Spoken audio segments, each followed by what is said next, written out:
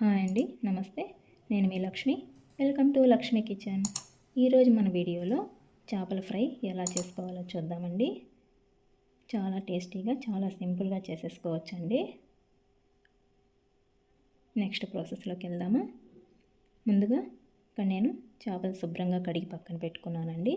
ఇలా సన్నగా కట్ చేసుకోవాలండి. మరీ లావుగా ఉంటే ఉడకవు, అందువల్ల ఇలా సన్నగా అయితే కట్ చేసుకోవాలి. ఇవి నీట్గా వాష్ చేసుకొని వాటర్ ఏం లేకుండా బాగా డ్రై అయిపోవాలండి. ఒక 10 నిమిషాలు ఆరబెట్టేసుకోండి. నెక్స్ట్ ఈ చేపలకి మనం మసాలా ప్రిపేర్ చేసుకుందామండి.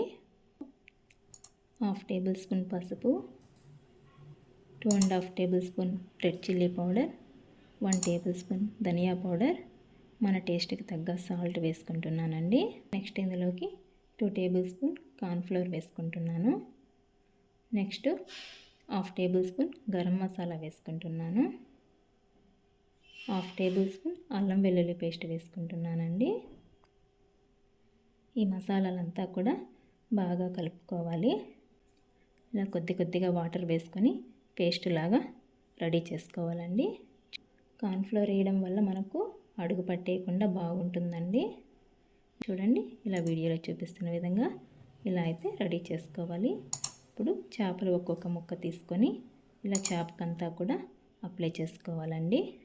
ఇలా మీకు వీడియోలో చూపిస్తున్న విధంగా ఇలా మొత్తం కూడా కవర్ చేసేసుకోవాలి. ఇలాగే సేమ్ అన్నీ కూడా 1 బై 1 అన్నీ కూడా మసాలా పెట్టేసుకోవాలండి. ఇలా ప్రిపేర్ చేసి పెట్టుకున్న తర్వాత మనము ఒక అరగంట పక్కన పెట్టేసుకోవాలండి. మీకు టైం ఉంటే 2 అవర్స్ అయినా పక్కన పెట్టేసుకోవచ్చు. ఒక 10 నిమిషాలు ఇలా పక్కన పెట్టుకొని ఒక 10 నిమిషాలు ఫ్రిడ్జ్లో పెట్టుకోవాలండి.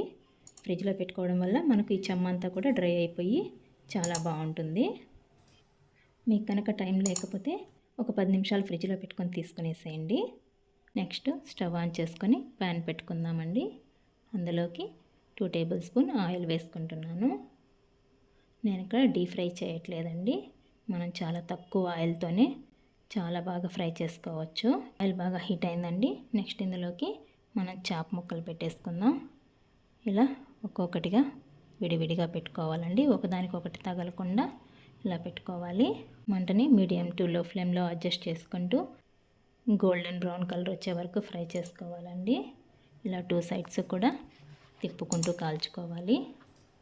చూడండి, 1 సైడ్ బాగా ఫ్రై అయిపోయిందండి. ఇప్పుడు మరో పక్కకి టర్న్ చేసుకుందాం. ఇలా 2 సైడ్స్ కూడా మనం అటు ఇటు తిప్పుతూ బాగా ఫ్రై చేసుకోవాలండి. మనం వేసిన ఆయిల్ కూడా ఇంకా కూడా మిగిలిందండి. చూడండి, మనం ఇంకా తక్కువ ఆయిల్తో కూడా చేసుకోవచ్చు. చాలా బాగా ఫ్రై అయిపోతాయండి.